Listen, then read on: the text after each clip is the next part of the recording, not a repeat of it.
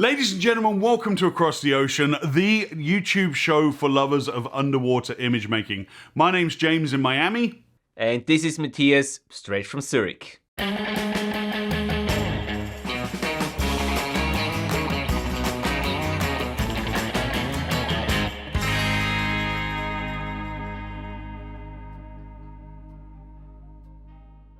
Ladies and gentlemen, thank you so much for joining us again. We really appreciate your company here. Matthias, how you doing, buddy? I'm doing fantastic. Thank you so much for asking. It's great to see your friendly and smiling face again, James, for another talk that we're gonna be having today. Yeah, excellent, man. I'm glad to see you. Glad to see you as always. And today we're going to talk about really what's becoming my theme for the year.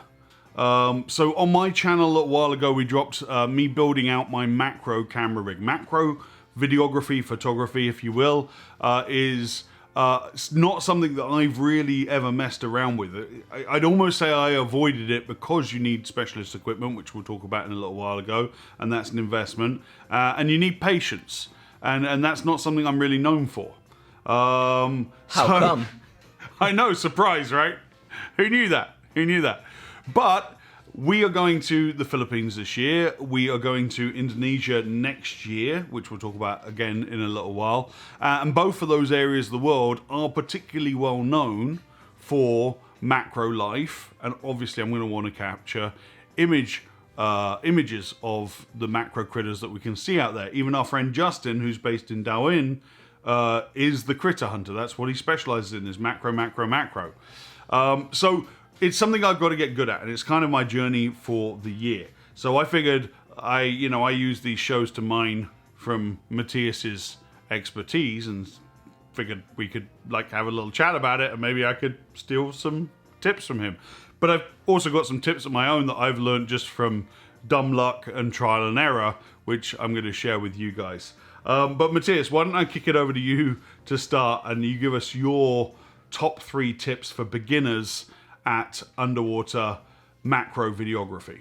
Absolutely, thank you, James. With pleasure. There is, as you said, macro videography, or photography for that matter, is a very specific field when we talk about image making underwater, and it has its own things that one has to consider to be able to pull off the best possible images and clips. Now, I have done a fair bit of macro videography in the past, not so much photography, to be honest, but with the videography I've dialed down a few tips that I pass on to everyone who's interested in learning more about that specific field of underwater videography.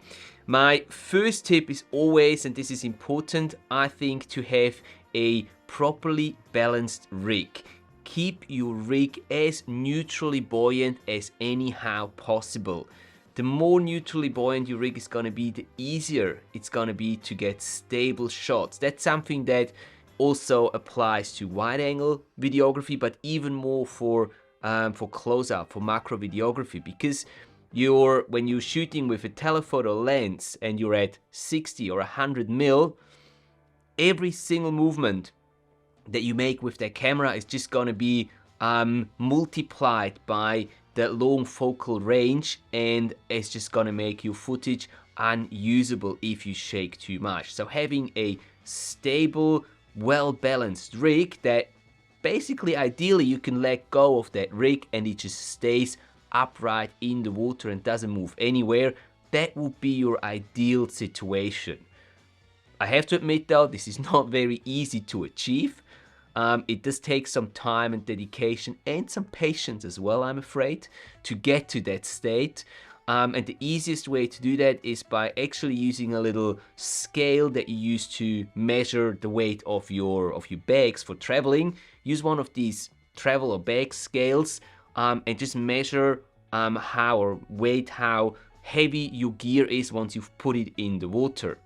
Then you know how much flotation devices or uplift you need to add to your gear, and then it's basically a thing of trial and error, putting it in different places and seeing how it affects the buoyancy of your rig. So this is really something that you have to do yourself and just work on it, try out, and get the best possible solution for the rig that you're using to film underwater. So let me ask you there, Matthias. You would recommend for macro neutrally buoyant, like a normal neutrally buoyant rig, as opposed to a weighted negatively buoyant rig? Because I know Justin in the Philippines preaches that your rig should sink. It should be negatively buoyant. No, I don't agree. The only situation where you want to have a negatively buoyant rig is if you're using a tripod, which brings me to my second tip. Because if you're not using a tripod, you're technically not going to be putting your rig anywhere down on the ground, right? And so therefore, as long as it floats neutrally buoyant, you've got the perfect solution there. But if you want to use a tripod to get even more stable shots, because that's what a tripod does, it gives you the chance of placing your camera somewhere and leaving it there, so keeping your hands off the camera, not interfering with the stability of the camera on the ground, and getting a shot that way. And in that situation, I agree with Justin. A negatively buoyant rig is beneficial here, because obviously otherwise it's not going to stay on the ground and you won't be able to get that nice and steady, stable shot on the tripod. But if you're not using a tripod, no, I don't think your rig should be negatively buoyant. In no situation I can think of a reason why your rig should be negatively buoyant, with that one exception when you have your tripod attached to your underwater camera rig. That's the only time it should be negatively buoyant, in my opinion. Does that make sense?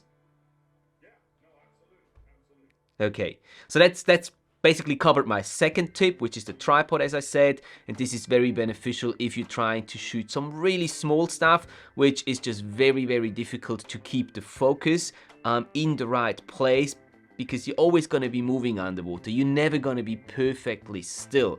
And with macro videography, the focus is oftentimes very shallow, so it's difficult to keep it holding onto your rig, keep the focus at the exact right spot. So having a tripod where you can place your camera somewhere, be careful where you place it. Always make sure that you don't put it on some living things, not on corals, not anything like that. If you want to use a tripod, please only use it on sand, and even there, make sure that there is nothing that you can see, that you can make out in the sand where you put your tripod on. And please also try not to, lay next to your tripod or your camera in the sand. Try to keep yourself off the sand or off the ground, and just have the three legs of your tripod touching the bottom, and that's the only interference that you should have with the ground when using a tripod there. But that's gonna make your shots, again, a lot more stable, and it's gonna give you a lot more opportunities to shoot macro with your underwater camera rig. Now, the third tip that I've got for you doesn't have anything to do with how you actually film, but it's got to do with how you set your camera. And I would always recommend to use a higher frame rate when filming macro underwater. When I talk about higher frame rate, I mean anything 50, 60 frames per second or higher. Ideally, I always use 60 frames per second. But that's also to do with what frame rates I've got available on my specific underwater camera rig. Now the GH5, the GH5S that I've been using for a long time, that's what they normally shoot at in 4K, 60 frames per second, and that's a really good option for these kind of shots that you want to take, in my opinion. If your camera doesn't do 60 frames per second in 4K, but it does 60 frames in 1080 in Full HD, well then I would really consider changing and dropping down the resolution to Full HD 1080 for that extra benefit of being able to shoot in 60 frames per second. Because the 60 frames per second will give you the benefit that in post-production you can slow down your footage. Let's say you're working with a 24 frame per second timeline, so you can slow it down to 40%, and that should eliminate most of that little micro jitter, those micro jitters and motions that you get when not using a tripod, when just hand holding your rig underwater, and will just make your footage look a lot smoother, a lot nicer than having it played back at regular speed.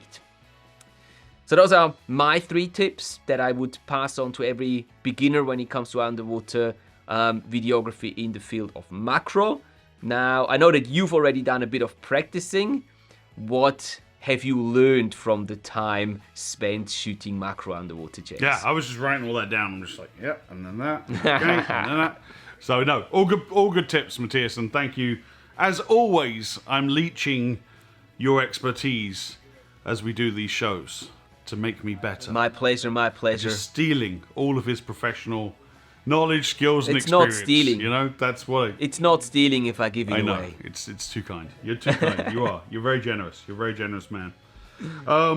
So yeah, my tips. You know, before I got the macro set up for the GH5, I had played around a little bit trying to get some macro imagery with action cameras, and you can buy snap-on macro lenses that enable you to do close focus work with GoPros, etc. And I was never ever really satisfied with the results because you don't have the ability to control aperture and f-stop and all the other sort of functions you really want to do to dial in that tack sharp image of something that is so small. So I know Matthias disagrees with me on this because we talked about it before we started rolling cameras, but I really think if it's a discipline that you want to get good at, if you really are interested in the little critters and you want to get images that you're going to be happy with, and you're rocking an action camera right now, rather than invest in accessories for the action camera like snap-on macro, lenses and that kind of stuff, consider upgrading your camera system. And again, I don't sell camera gear. I'm not here to sell you guys anything. But at least even something like a TG6, which would be the next level up from an action camera, has a variable macro mode. It has, aperture management and so on. So you have a little bit more control over your camera's settings. So for me, that would be my first tip, is like, you're going to have, if you want satisfactory results, consider investing in the right gear for the job. The second thing that I've been sort of playing around with was really that if you think about macro photography and the little critters that you're shooting, if they're nudibranchs or some kind of camouflage ambush predator like a batfish or an octopus or something small that's down there in the sand, you're pretty much working with a stationary or very, very slow moving object. So if you're working with a stationary object on land, if you're in a studio shoot and you're doing a product shot, for example, of a particular thing, one thing I like to have fun with is if the subject's not moving and it's not like a quick grab that action shot, you can have fun with that. You can be creative. You've got time to play around, to set your lighting up. So, I've got the as I know you do as well, Matthias, the macro 4300 lights, macro wide 4300 lights from Backscatter. They come with so many different little fun accessories that you can add on. Obviously the snoot is great for getting a pinpoint of light, but also things like the color filter system, which you just slide in and it provides you with all these different beautiful colors that you can add tint to your lights. I've got them both in the bold and the pastel colors. So I've been playing around with those just to have fun, just to create some sort of funky, different kind of images. And I think that's part of what macro is about. You don't have time to do that if you're shooting sharks or big schools of fish. And, whereas here you're kind of more like working in an underwater studio and you can kind of set things up and really play around with it. So get creative, have fun with your shots. And then, just to reiterate what Matthias said, one of my pet peeves that I've ran into on this journey is macro photographers and videographers alike just completely trashing the environment they're trying to take photos of to get a shot. Please don't be that person. Please don't be that person. So buoyancy control, yes, if you're going to put a tripod in the sand, great, look where you're putting the tripod and don't put yourself in the sand. Even you know, I'm, as a technical diving instructor, I'm on the trim and I'm on my students to always be in trim. But if you've got to come out of trim and go head down to look at your screen, I'd rather that than have you like sprawled out in the sand, kicking coral, kicking any little critters that may be in the sand and so on, because that's what you're there to photograph and video. So good buoyancy control, be neutrally buoyant. If you have to touch the sand, minimal contact as possible, fin tips or elbows or so on, but please no like sprawling out on the sand. I've seen some horror stories already. So that's pretty much it. I know you kind of already had that point as well, Matthias, but yeah, let's just be environmentally conscious divers. But looking ahead, it's a journey I'm going on, right? These are skills. I'm learning them. You've already got them, and I'm enjoying it so far. So I want to get dialed in so that when we go to the Philippines, which is coming up, which is sold out, and there's a wait list. Sorry, guys. That we can have fun and actually play around with this. So I'm looking forward to taking some of these images alongside you, Matthias. Yeah, I can't wait. It's been a while since I've been on a proper macro trip, or on a trip where we had like opportunities to film proper macro stuff. So I'm really looking forward to that. And just one more thing that I want to add here. You were saying that the Philippines trip is sold out. Unfortunately for everyone who's not booked onto the trip yet. But we have another trip also lined up, which also has some macro opportunities for macro filming, which is our Indonesia trip, which is coming up next year in June 24. And we've just released this one, I think 2 episodes ago.